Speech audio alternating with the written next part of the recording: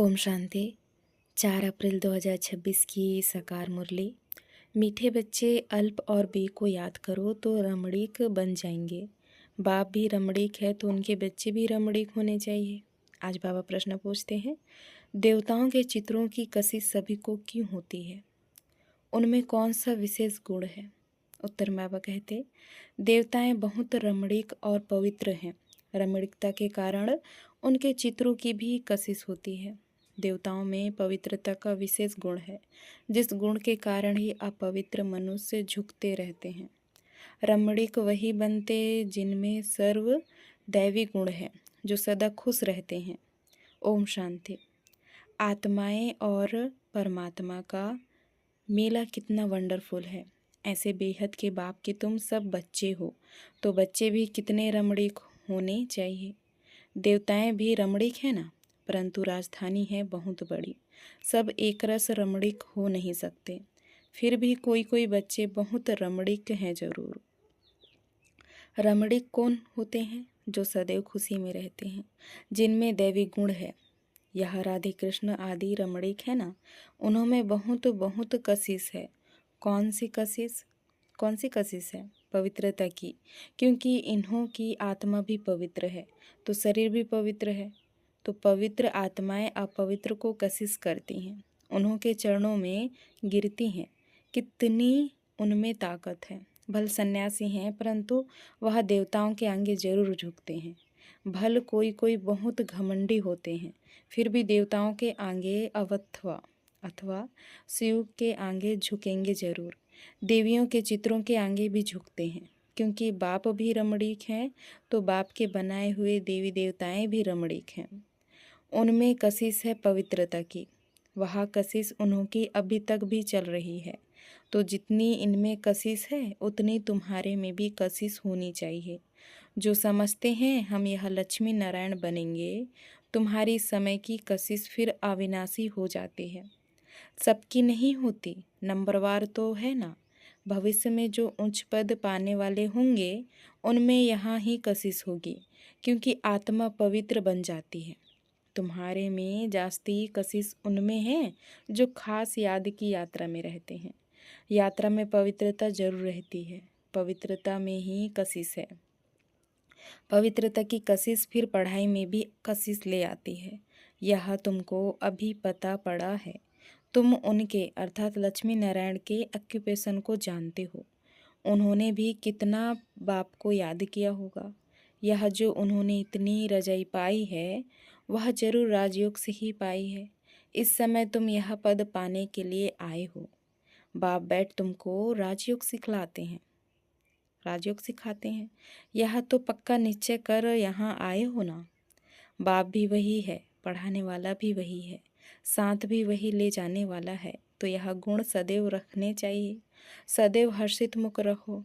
सदैव हर्षित तब रहेंगे जब बाप अल्प की याद में रहेंगे, तब बे की भी याद रहेगी, और इससे रमणीक भी बहुत होंगे। तुम बच्चे जानते हो, हम यहाँ रमणीक बन फिर भविष्य में ऐसा रमणीक बनेंगे। यहाँ की पढ़ाई ही अमरपुरी में ले जाती है। यह सच्चा बाबा तुमको सच्ची कमाई करा रहे हैं। यह सच्ची कमाई ही साथ चलती है 21 जन्म के लिए। फिर भक्ति मार्ग में जो कमाई करते हो, वह तो है ही अल्पकाल सुख के लिए, वह कोई सदैव साथ नहीं देती। तो इस पढ़ाई में बच्चों को बड़ा खबरदार रहना चाहिए। तुम हो साधारण, तुमको पढ़ाने वाला भी बिल्कुल साधारण रूप में है, तो पढ़ने वाले भी साधारण ही रहेंगे, नहीं तो लज जाएगी। हम ऊंचे कपड़े कैसे पहने? हमारे मम्मा बाबा कितने साधारण है, तो हम भी साधारण है। यह कोई साधारण रहते हैं? क्योंकि वनवाह में है, क्योंकि वनवाह में है ना। अभी तुमको जाना है, यहाँ कोई शादी नहीं करनी है। वो लोग जब शादी करते हैं तो कुम्हारी वनवाह में रहती है, मेले कपड़े पहनती, तेल आदि लगाती है, क्योंकि ससुर घर जाती है। ब्राह्मण द्वारा सगाई होती है। तुमको भी जाना है ससुर घर। रावणपुरी से रामपुरी अथवा विष्णुपुरी में जाना है। तो यह वनवाह का रिवाज इसलिए रखा है कि कोई भी अभिमान देह का व कपड़ों आदि का ना आए। किसी को हल्की साड़ी है, दूसरे को देखते हैं कि इनके पास तो ऊंची साड़ी है, तो ख्याल चलता है, सोचते हैं कि यह तो वनवाह में है नहीं।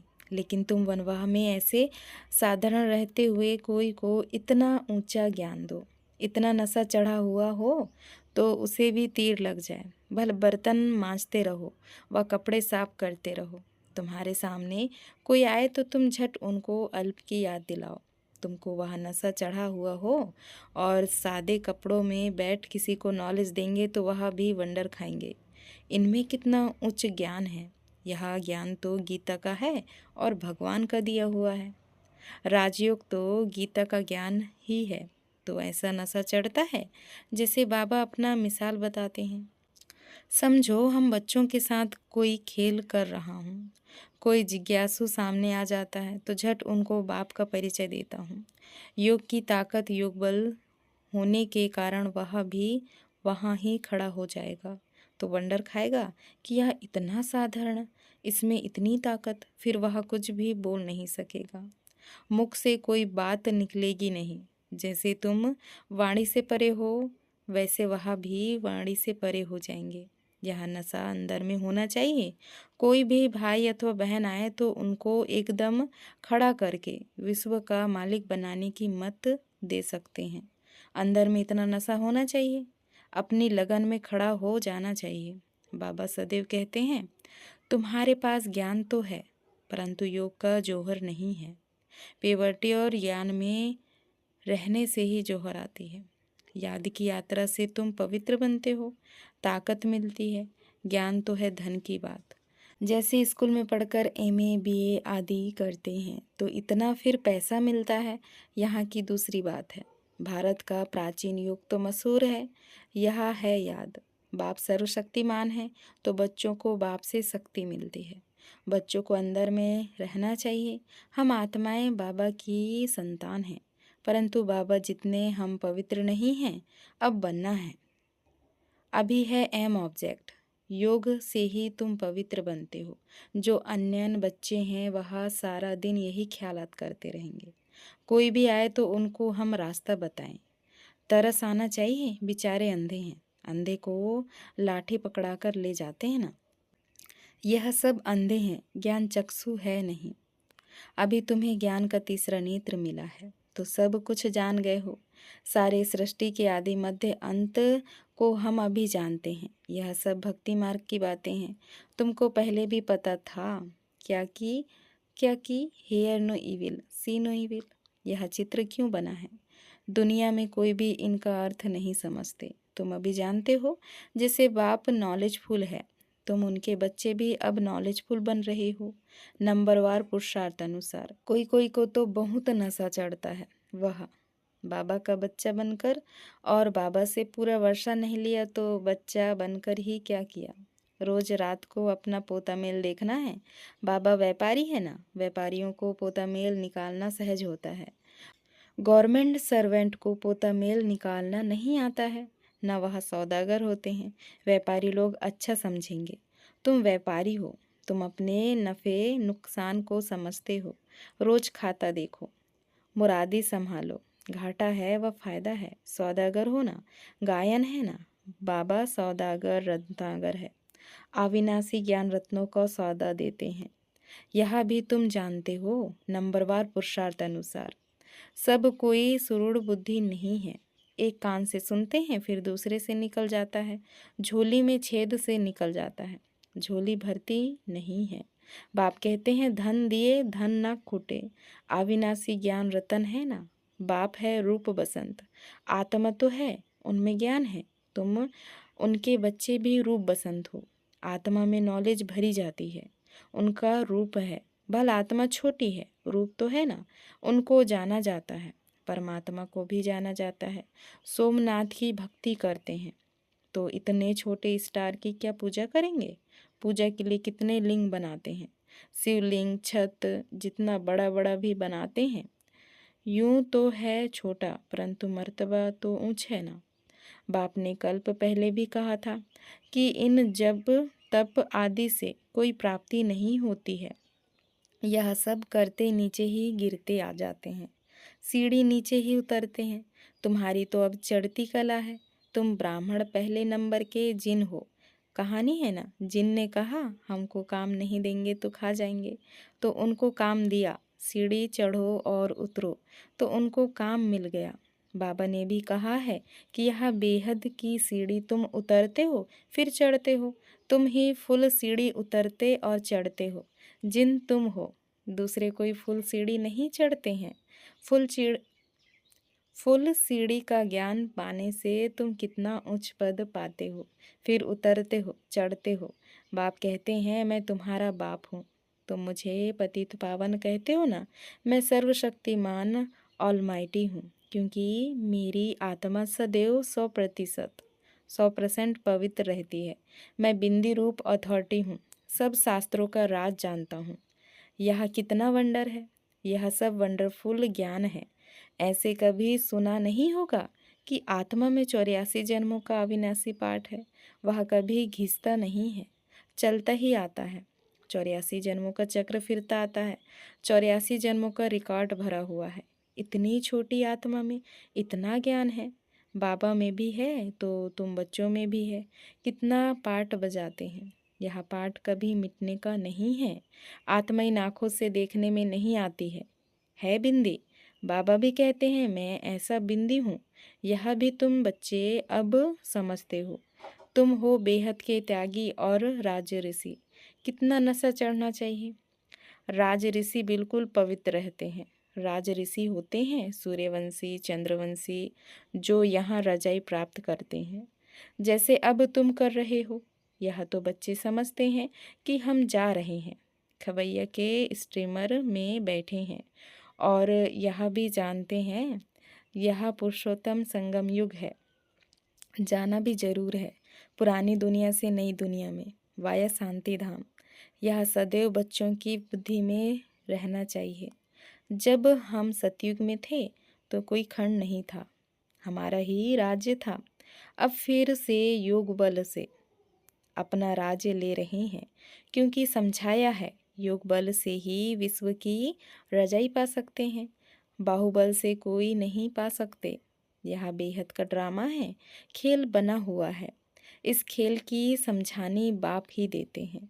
शुरू से लेकर सारी दुनिया की हिस्ट्री ज्योग्राफी सुनाते हैं। तुम सूक्ष्म वतन मूल वतन के राज को भी अच्छी रीति जानते हो। स्थूल वतन में इनका राज्य था, अर्थात हमारा राज्य था। तुम कैसे सीढ़ी उतरते हो वह भी याद आ गया। सीढ़ी चढ़ना और उतरना यह खेल बच्चों की बुद्धि में बैठ गया है। अब बुद्धि में है कि कैसे यह वर्ल्ड की हिस्ट्री ज्योग्राफी रिपीट होती है। इसमें हमारा हीरो हीरोइन का पार्ट है।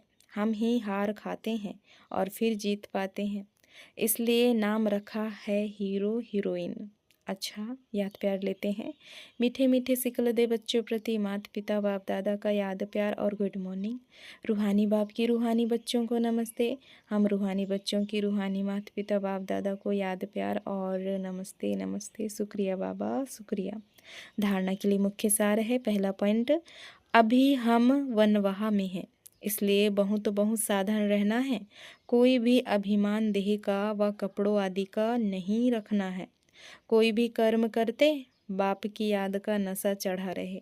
दूसरा पॉइंट, हम बेहद के त्यागी और राज ऋषि हैं। इसी नशे में रह पवित्र बनना है। ज्ञान धन से भरपूर बन दान करना है। सच्चा सच्चा सौदागर बन अपना पोता मेल रखना है।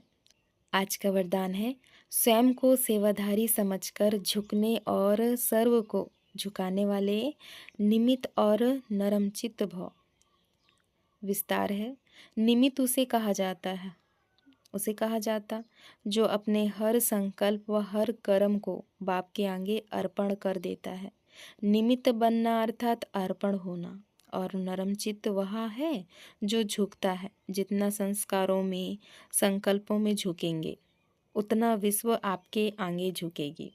झुकना अर्थात झुकाना। यह संकल्प भी ना हो कि दूसरे भी हमारे आगे कुछ तो झुकें। जो सच्चे सेवाधारी होते हैं वह सदैव झुकते हैं, कभी अपना रौब नहीं दिखाते। स्लोगन, अब समस्या स्वरूप नहीं, समाधान स्वरूप बनो। यह व्यक्ति सारे महान बनने के लिए मधुरता और नम्रता का गुण धारण करो। आप महान आत्माओं का हर मनसा संकल्प हर आत्मा के प्रति मधुर हो, महान हो। जैसे बाप का स्वभाव सदा हर आत्मा के प्रति कल्याण व रहम की भावना का है। हर एक को ऊंचा उठाने का, मधुरता और निर्माणता का है।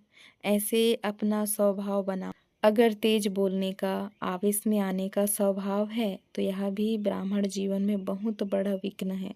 अब ऐसे स्वभाव का परिवर्तन करो। अच्छा, ओम शांति। शुक्रिया बाबा, शुक्रिया।